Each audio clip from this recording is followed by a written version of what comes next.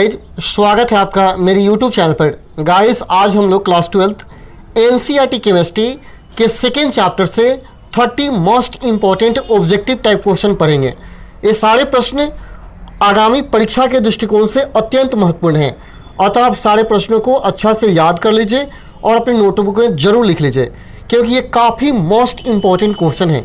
ये सभी प्रश्न भौतिक रसायन अर्थात फिजिकल केमिस्ट्री से लिए गए हैं।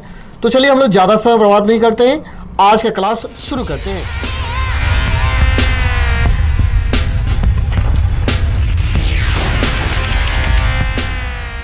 सबसे पहला क्वेश्चन है, वैद्युत अपघट्य का उदाहरण है। आपको बताना है कि इनमें कौन वैद्युत अपघट्य है। ऑप्शन है पानी, दूसरा सोडियम एस्टेट, तीसरा यूरिया, चौथा बेंजीन। तो आपका आंसर हो जाएगा option number B, sodium acetate. अगला क्वेश्चन है, मोललता प्रदर्शित होती है। आपको बताना है कि मोललता का मात्रक क्या होता है। ऑप्शन है ग्राम प्रति लीटर, दूसरा लीटर प्रति मोल, तीसरा मोल प्रति लीटर, चौथा मोल प्रति किग्रा। तो आपका आंसर होगा ऑप्शन नंबर डी, मोल प्रति किग्रा। अगला क्वेश्चन है, कौन ताप द्वारा प्रभावित नहीं होता है। आपको बताना है इनमें से कौन है जो ताप द्वारा प्रभावित नहीं होता है। ऑप्शन है सामान्यता, दूसरा मोललता, तीसरा मोलरता, चौथा फॉर्मलता। तो आपका आंसर होगा ऑप्शन नंबर बी, मोललता। यह ताप द्वारा प्रभावित नहीं होता है। अगला क्वेश्चन है, इनमें से कौन राउल्ट नियम से धनात्मक विचलन प्रदर्शित नहीं करता है।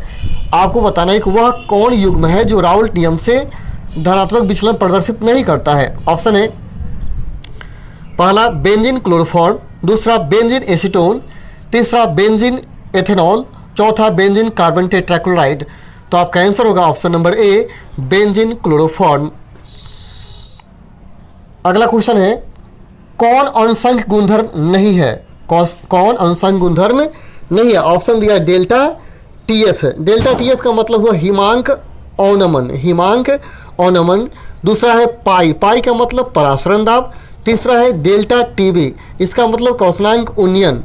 और चौथा है केवी, यह एक नियतांक है। तो बताना इसमें कौन अनुसंघ गुणधर्म नहीं है। तो आपका आंसर होगा ऑप्शन नंबर डी, यह एक कांस्टेंट राशि है, यह कोई अनुसंघ गुणधर्म नहीं है। अगला नियम जो बताता है कि किसी ताप पर विलायक के दिए गए द्रव्यमान में घोली गई गैस की मात्रा उस विलयन पर गैस के दाब के अनुक्रमणपाती होता है, वह है, यानी यह कौन सा नियम है आपको बताना है। ऑप्शन है जूल का नियम, दूसरा बॉयल का नियम, तीसरा हेनरी का नियम और चौथा चार्ल्स का नियम। तो आपका आंसर हो जाएगा ऑप्शन नंबर सी, हेनरी का नियम। याद रहे, इसी नियम के सहायता से गोताखोर तक जब ऑक्सीजन कम हो जाता है तो उसके सिलेंडर में भेजा जाता है, इसी नियम के सहायता से। यह क्वेश्चन काफ़ी इंपॉर्टेंट है, बार बार परीक्षा में पूछा जाता है। अगला, निम्न में से कौन सा द्रव युग्म राउल्ट के नियम से धनात्मक विचलन दर्शाता है। यानी आपको बताना है कौन राउल्ट के नियम से धनात्मक विचलन दर्शाता है। ऑप्शन है जल नाइट्रिक अम्ल, दूसरा बेंजीन मेथेनॉल, तीसरा जल तथा हाइड्रोक्लोरिक अम्ल, चौथा एसीटोन और क्लोरोफॉर्म। तो आपका आंसर हो जाएगा ऑप्शन नंबर बी, बेंजीन तथा मेथेनॉल। यह धनात्मक विचलन राउल्ट के नियम से दर्शाता है। अगला, कोलाइडी के मोलर द्रव्यमान का निर्धारण करने के लिए बहुलकों और प्रोटीन के किस अनुसंघ गुणधर्म का प्रयोग होता है। कोलाइडी, यहाँ कोलाइडी है, कोलाइडी के मोलर द्रव्यमान का निर्धारण करने के लिए बहुलकों और प्रोटीन के किस अनुसंघ गुणधर्म का प्रयोग होता है। ऑप्शन है विसरण दाब, दूसरा वायुमंडलीय दाब, तीसरा परासरण दाब और चौथा स्फीत दाब। तो आपका आंसर हो जाएगा ऑप्शन नंबर सी, परासरण दाब। अगला क्वेश्चन है, विलयन के अनुसंघ गुणधर्म के गुण होते हैं जो निर्भर करते हैं। फिर से क्वेश्चन, विलयन के अनुसंघ गुणधर्म वे गुण होते हैं जो निर्भर करते हैं। ऑप्शन है कणों के आकार पर, दूसरा विलायक के प्रकृति पर, तीसरा केवल कणों के प्रकृति पर, चौथा केवल कणों के संख्या पर। तो आपका आंसर होगा ऑप्शन नंबर डी, केवल कणों के संख्या पर। अगला, निम्नलिखित में से कौन सी इकाई विलयन की सांद्रता का वाष्प दाब में संबंध बताने के लिए उपयोगी है।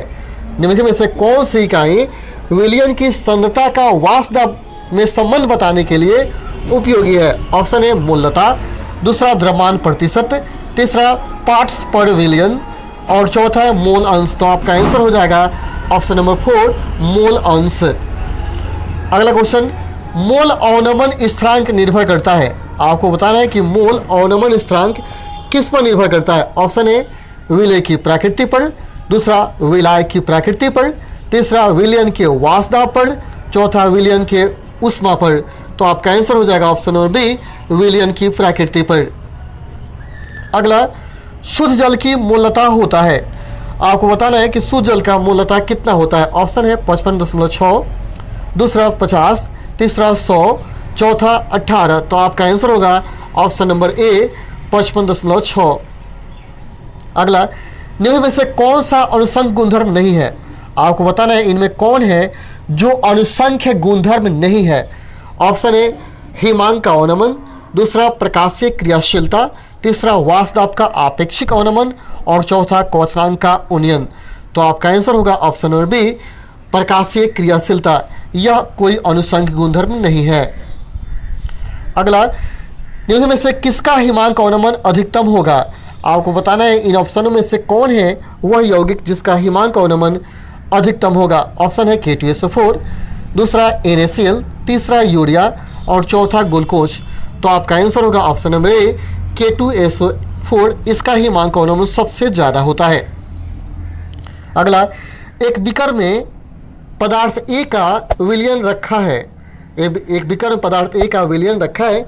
इसमें A की थोड़ी सी मात्रा मिलाने से पदार्थ अवक्षेपित हो जाता है।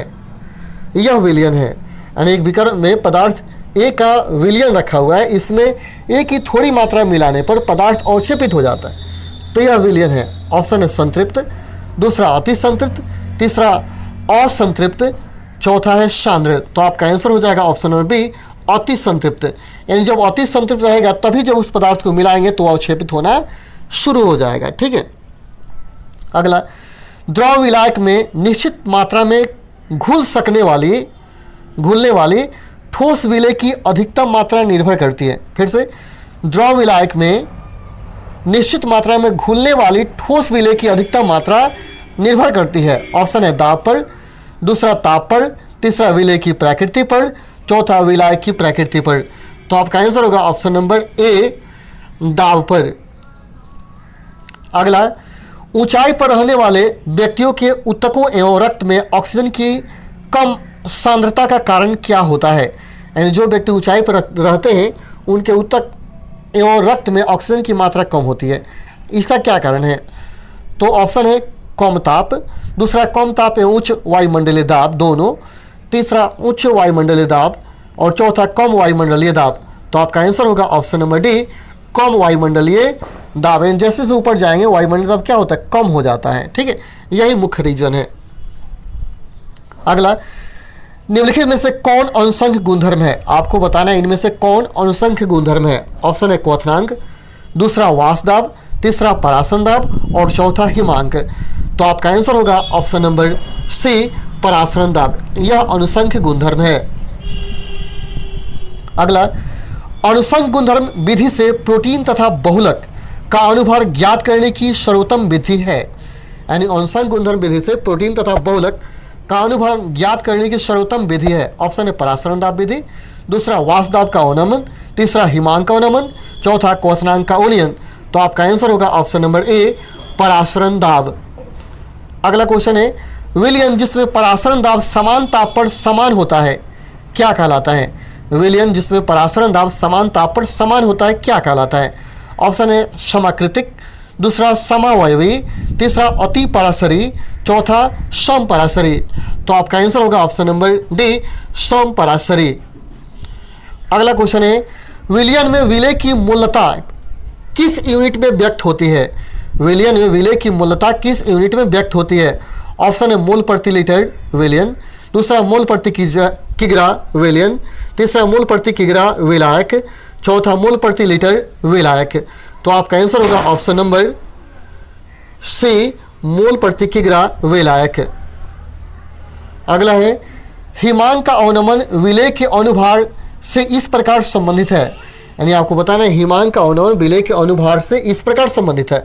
इसका फॉर्मूला बताना है तो आप इसको याद कर लें। ऑप्शन नंबर बी है m बराबर kf गुना 1000 इंटू विलेय का भार बटा डेल्टा TF गुना विलाय का ग्राम में भार। ऑप्शन बी आपका सही है। अगला, क्वथनांक स्थिरांक किस विलयन के क्वथनांक के बराबर होता है जब तनु विलयन की मूलता सांद्रता होती है। फिर से, क्वथनांक स्थिरांक किसी विलयन के क्वथनांक के बराबर होता है जब तनु विलयन की मोलल सांद्रता होती है या मोलल सांद्रता होती है होगा। ऑप्शन ए इकाई, शून्य, इकाई से ज़्यादा, इनमें से कोई नहीं। तो आपका आंसर हो जाएगा ऑप्शन नंबर ए, इकाई होती है तो ऐसा होगा। ठीक है। अगला, P0 माइनस पी बटा P0 इक्वल टू एन बटा एन प्लस एन गणितीय अभिव्यक्ति है, यानी यह किसका नियम है? काफ़ी पॉपुलर है। ऑप्शन है बॉयल का नियम, दूसरा चार्ल्स का नियम, तीसरा राउल्ट का नियम, चौथा ग्राहम का विसरण नियम।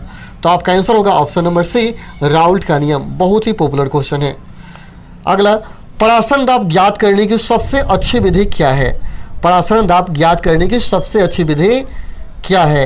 ऑप्शन है मोर्स तथा फ्रेजर विधि, दूसरा प्रेफर विधि, तीसरा बार्केले तथा हर्टली विधि, चौथा इनमें से कोई नहीं।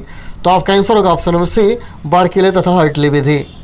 यह सबसे प्रसिद्ध विधि है जिसकी सहायता से परासरण दाब ज्ञात किया जाता है। अगला, हेनरी स्थिरांक का मान। हेनरी स्थिरांक का मान, ऑप्शन है ताप बढ़ने से बढ़ता है, दूसरा ताप बढ़ने से घटता है, तीसरा स्थिर रहता है, चौथा पहले बढ़ता है फिर घटता है। तो आपका आंसर होगा ऑप्शन नंबर सी, स्थिर रहता है। अगला, परासरण दाब की इकाई है। आपको बताना है कि परासरण दाब का मात्रक क्या होता है। तो पहला ऑप्शन है MeV, मेगा इलेक्ट्रॉन वोल्ट, दूसरा कैलोरी, तीसरा सेंटीमीटर प्रति सेकेंड, चौथा ATM। तो आपका आंसर होगा ऑप्शन नंबर डी, ATM। अगला क्वेश्चन है, समपरासरी विलयन में समान होती है। समपरासरी विलयन में समान होती है। ऑप्शन ए मोलर सांद्रता, दूसरा मोलता, तीसरा निर्मलता, चौथा इनमें से कोई नहीं। तो आपका आंसर होगा ऑप्शन नंबर ए, मोलर सांद्रता। मोलर सांद्रता। अगला क्वेश्चन है, विलयन में सगुणित होने वाले विलेय के लिए वांट ऑफ गुणांक होता है। विलयन में सगुणित होने वाले विलेय के लिए वांट ऑफ गुणांक होता है। ऑप्शन है 0, दूसरा 1 से अधिक, तीसरा 1 से कम, चौथा 1। तो आपका आंसर होगा ऑप्शन नंबर सी, 1 से कम। 1 से कम। अगला क्वेश्चन है, जलीय विलयन के हिमांक में अवनमन के समय साम्यावस्था इनमें होती है। जलीय विलयन के हिमांक में अवनमन के समय साम्यावस्था इनमें होती है। ऑप्शन है ए द्रव विलायक और ठोस विलायक के, दूसरा द्रव विलायक और ठोस विलेय, तीसरा द्रव विलेय और ठोस विलेय, चौथा इनमें से कोई नहीं। तो आपका आंसर होगा ऑप्शन नंबर ए, द्रव विलायक और ठोस विलायक। चलिए, तो यहाँ हम लोग 30 क्वेश्चन पूरा कर लिए हैं। फिर मिलते हैं अगले वीडियो में। तब तक के लिए धन्यवाद। जय हिंद, जय भारत। आप मेरे चैनल को जरूर सब्सक्राइब कर लें और अपने दोस्तों तक इस वीडियो को जरूर शेयर करें ताकि वो लोग भी पढ़ सकें। Okay, thank you.